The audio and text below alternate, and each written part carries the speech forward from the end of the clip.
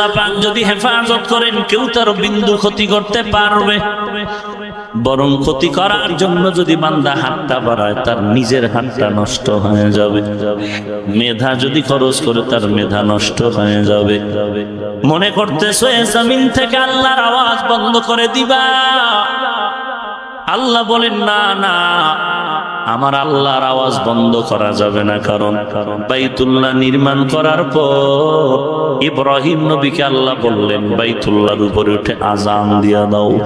আর এই আজানের শব্দটা দুনিয়ার চতুর্দিকের আনাচে কানাচে যাদের ভেতরে চলে যাবে, রুহের জগতে যারা এই আজানের আওয়াজটা পেয়ে যাবে, আমি আল্লাহ ওয়াদা করলাম বাইতুল্লাহ না দেখাইয়া তারে মরণ দিব না। ইব্রাহিম নবী প্রশ্ন করেছিলেন, হে মালিক, আমার আওয়াজ এত দূর কিভাবে যাবে? আল্লাহ বলেন, ইব্রাহিম, আওয়াজ দেওয়ার দায়িত্ব তোমার, পৌঁছায় দেওয়ার দায়িত্ব আমি আল্লাহ। আওয়াজ দিয়া দাও, আওয়াজটা পৌঁছায় দিব আমি আল্লাহ। والذين جاهدوا فينا لنهدينهم سبلنا। চেষ্টা করো, চেষ্টা করার দায়িত্ব তোমার। আস-সা'য়ু মিন্নি ওয়াল ইতমামু মিনাল্লাহ। চেষ্টা করা আমার দায়িত্ব, পূরণ করার দায়িত্ব কার? পারিব না এ কথাটা বলিও না আর, একবার না পারিলে দেখো শতবার। অতিও গভীর হয় রজনী যখন, নীরবে প্রভুর নাম জপিও তখন। প্রভুর করুণা যদি পাইবারে চাও, গভীর রাতে উঠে প্রভুর গুণগান গাও। আল্লাহ তাআলা রব্বুল আলামিন যে নমরুদদের ধ্বংস করলেন, সে আল্লাহ আছে না নাই? ফেরাউনকে যে আল্লাহ নীল নদে লোহিত সাগরে চুবাইয়া ডুবাইয়া ধ্বংস করে দিলেন, সে আল্লাহ আজও আছে না নাই? সে আল্লাহর ক্ষমতা কি দুর্বল? এরে মানুষ ভালো করে শুনে নাও, দুনিয়ার পরাশক্তি বর্তমান জমিনে নমরুদের থেকে কেউ বেশি শক্তিওয়ালা নাই, ফেরাউন থেকে শক্তিধর কেউ নাই। অতএব কিন্তু নমরুদ, হামান, কারুন, সাদ্দাদের ধ্বংস করনেওয়ালা, নিস্তেনাবুদ করে দেনেওয়ালা সেই ক্ষমতাবান আল্লাহ আছে না নাই? ওয়ালা তাহিনু ওয়ালা তাহজানু ওয়া আনতুমুল আ'লাউন ওয়া আনতুমুল আ'লাউনা ইন কুনতুম মুমিনিন।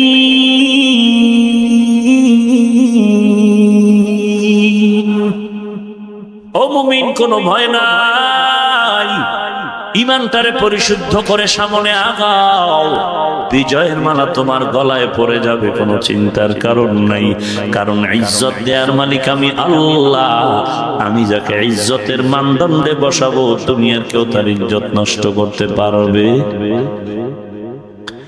তবে বান্দা, তোমার ইজ্জত দিব আমি আল্লাহ। চেষ্টা করার দায়িত্ব তোমার। রিজিক দিবে কে? বলেন বলেন বলেন। রিজিক দেনেওয়ালা কে?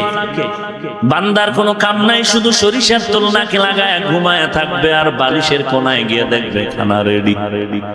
হ্যাঁ, যুবক মসজিদের বারান্দায় বসে চিল্লায় কান্না করে, ইমাম সাহেব নামাজ আনতে বলে, যুবক কেন কাঁদো? বলে, আমার কলিজায় ব্যথা নিয়ে কাঁদি। কিসের ব্যথা? যদি শেয়ার করা যায় একটু শেয়ার করে দাও। যুবক বলে, আমি বহুদিন ধরে ঋণী হয়ে গেলাম, টাকা নাই, পয়সা নাই, আমি বড় অসহায়, আমার মতো গরিব অসহায় কেউ নাই, খানা নাই, ঘর নাই, বাড়ি নাই, চলার মতো কোনো আমার পথ নাই। তার করে করে করে করে ঋণগ্রস্ত হওয়ার কারণে রাস্তার মাঝে নামলেই মানুষ গালি দেয়, ধমক দেয়, ধরে ধরে ধাক্কা দেয়, টাকা চায়। আমি আল্লাহর দরবারে কান্না করি, আমার উপায় কি হবে? ইমাম সাহেব বলে, যুবক, আল্লাহর নবী তো তাবিজ দিয়ে গেলেন, তাবিজ আমল কর। ঋণ আদায় হয়ে যাবে। বলে কি তাবিজ? তো জানি না। ইমাম সাহেব বলে আল্লাহর নবীর দেওয়া সবক আদায় কর। আল্লাহুম্মা কফিনি বিহালালিকা আন হারামিক ওয়া আগনিনি বিফাদলিকা আম্মান সিওয়াক। এই দোয়াটা পড়তে থাকো, পড়তে থাকো, আল্লাহর কাছে বলতে থাকো। এমন একটা রাস্তা আল্লাহ খুলে দিবেন, নিজেও কল্পনা করতে পারবে না, ঋণ আদায় হয়ে যাবে। বলে হুজুর যাই বললেন ধন্যবাদ, কিন্তু এত লম্বা তাবিজ আমার দ্বারা সম্ভব না তেলাওয়াত করা। তাআলার একটা ছোট্ট তাবিজ দিয়ে দেই, সেই ছোট তাবিজটা সবকটা আদায় কর। বান্দা তুই হাঁটতে চলতে উঠতে বসতে সর্বাবস্থায় ইস্তেগফারের আমল কর। আস্তাগফিরুল্লাহাল আযীম, আস্তাগফিরুল্লাহাল আযীম, আস্তাগফিরুল্লাহাল আযীম, আস্তাগফিরুল্লাহাল আযীম। এই ইস্তেগফারের আমল যদি করো, আল্লাহর নবী বলেন ইস্তেগফারের আমলের দ্বারা 5টা পুরস্কার তুমি পেয়ে যাইবা। যেই 5টা পুরস্কার তাকওয়াওয়ালাদেরকে আল্লাহ দিবেন বলে দিয়েছেন বলে কোরআনে ওয়াদা করেছেন। যদি বান্দা তুই ইস্তেগফারের আমল করো, আল্লাহ কুদরতি রাস্তা খুলে তোর ঋণ আদায়ের ব্যবস্থা করে দিবে।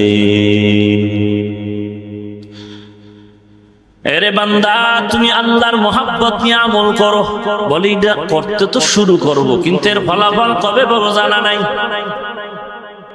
ইমাম সাহেব বলে তো নগদ একটা তোমাকে সুযোগ দিয়ে দেই, যাও এখান থেকে বহুদূর জঙ্গল পেরিয়ে সামনে আগায় যাও। বহুদূর এক ধনী লোকের বাড়ি আছে।